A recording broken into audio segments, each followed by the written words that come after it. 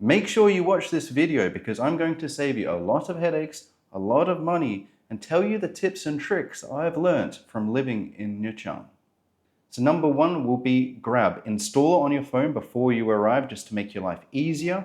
But the big problem you need to be aware of is when you get out of that airport, there are going to be fake Grab drivers trying to take you to wherever you're going. They're going to show you their phone and it's going to have Grab written on it. It's just a screenshot and it's a fake app. Just be very careful of who you're actually getting into the car with. In Nha Trang, it's called Cam Ranh Airport. You will need to kind of cross over a main road to get to where all the taxis are. Sometimes they wait ahead of you. Just when you're in the airport and you've ordered the Grab before you get outside of Wi-Fi range, take a screenshot and just make sure you confirm that it is the driver and you're getting into the correct car because you will get scammed for a ton of money. Number two is not using the right taxi apps. I told you to use Grab, but there is a better app. And the reason I said use Grab for the airport is the next app I'm telling you, Indrive, which I have a link in the description, which you should use, is a lot cheaper, but it's cash only. Basically with Indrive, you can negotiate the prices of the taxis and it will give you a cheaper rate. So you will send, hey, I want to go here for 50,000, and the driver will either agree with that price or he'll counteract you and you can just go and negotiate with them. The reason I didn't suggest this is the number three is don't get a SIM card at the airport. If you really wanted to do it and get the convenience, it's going to be more expensive and typically they stop working after about three days to a week. So I wouldn't recommend doing that. I'd recommend just getting one in the center. They're everywhere and just go to Vinaphone. That is the cheapest option. The next one is using the wrong ATMs.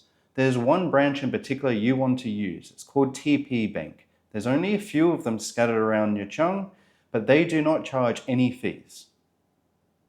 If you go to some of the other ones, I have seen outrageous conversions and fees. Try to go with TP Bank. They are the ones that do the best deal.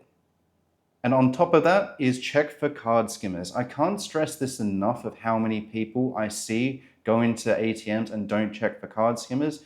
Just grab it, give it a good shake, make sure nothing breaks. If it looks dodgy, don't use it. There has been so many reports across Vietnam and across the world that I've been to of people getting their cards skimmed. Just try your best to avoid it. Leaving your card in the machine. Now this is going to sound confusing, but if you're not taking my advice about using TP Bank and maybe you're on a rush and you just want to use any ATM, some ATMs, when you put your card in, it will eat your card and it will give you the cash first and then give you your card. And sometimes they don't really make a notification noise. So you walk away with your cash and then your card's still sitting there. Obviously someone might take it if they're behind you or let you know, or sometimes the card will just get eaten by the machine. That's not a good way to either start your holiday or start your new move. So just be aware of that. The next one is fake reviews are everywhere. I mean everywhere, and they're shameless at it. Don't believe any reviews in Vietnam for that fact. The businesses and especially the staff will just send fake reviews after fake reviews. They go, oh, there's a cute boy or a cute girl. Oh, they're so kind. The staff is so kind. It's all nonsense, right? It's all crap. My rule of thumb is if they're foreign, got a foreign sounding name, it's less likely to be a fake review. If they're a guide with obviously like 50 to 100 reviews, they're less likely. And if they're Vietnamese, sorry my Vietnamese friends, but because you're the main offenders, anything with a Vietnamese name I do not trust. That's how I get around it. Try to do some digging and look into it yourself. The next one is bringing your phone and passport or anything onto the beach. I can't stress this enough, and to me this is pretty obvious, but I just saw this pop up on the expat Facebook group. You shouldn't be bringing anything to the beach that's worth any value. This includes your phone, definitely not your passport. There are ways around it. You can get like dry bags and put it on your back and swim with it and keep your stuff with you that way if you want to do that. Or you can bury it, which I don't like doing either because people can see you doing that. What I recommend is just leave it all at home. Even with my key, I will leave the key somewhere around outside the door. because if the bag does get stolen, I'm only losing maybe like a snorkel or like a couple of towels. But the bigger problem is because you don't have your phone and you don't have your key, you're stuck. So I always put the key maybe under a doormat or however you want to do it. So you're bringing nothing. So if it gets stolen, who cares, right? It's not convenient, but please just keep that in mind. Don't bring valuables to the beach. You need travel insurance. I know people say, oh, well, it's healthcare is affordable, which it is. But if something drastic happens to you, you would like to be covered. Please get travel insurance. All of these links, I'm going to have them in a pinned comment. Please use them. Don't be stupid. You're going to thank me if you get into an accident. And if you don't get into an accident, I'm happy that you were covered at least just in case, because you're all in good health. The next one is staying in the tourist area and choosing the wrong location. So many people choose the wrong location in Nha Trang. I can break this down for you very simply.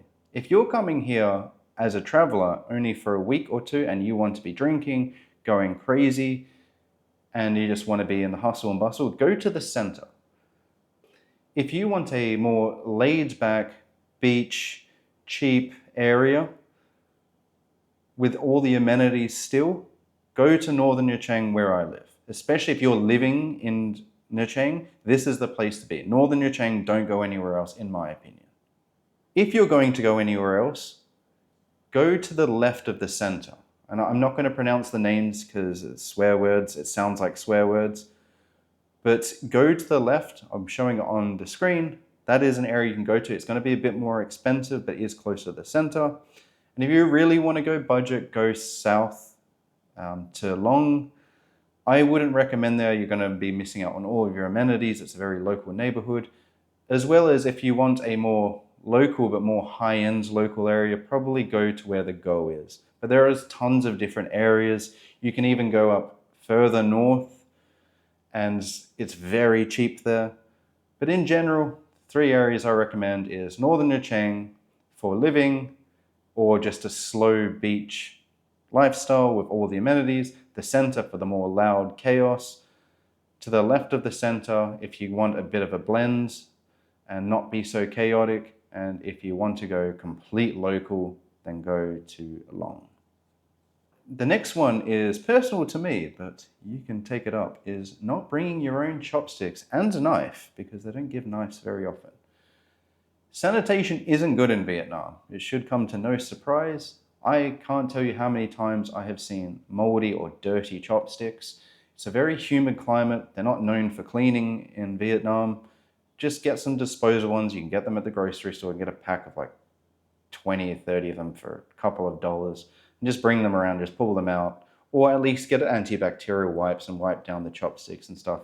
This will be the difference between having a good meal and then having a good meal and sitting on the toilet. So you choose it, but hey, that's my recommendation. I know what I do. The last one is raising your voice at the Vietnamese. The Vietnamese typically don't raise their voice at you. When they're in family gatherings and stuff, they can get loud and like have a bit of fun. That's different, but don't raise your voice at the Vietnamese. It's very rude in their culture to raise your voice at someone and get angry at someone. So just avoid it as much as you can. I have seen it once or twice where people do it, especially when they're frustrated.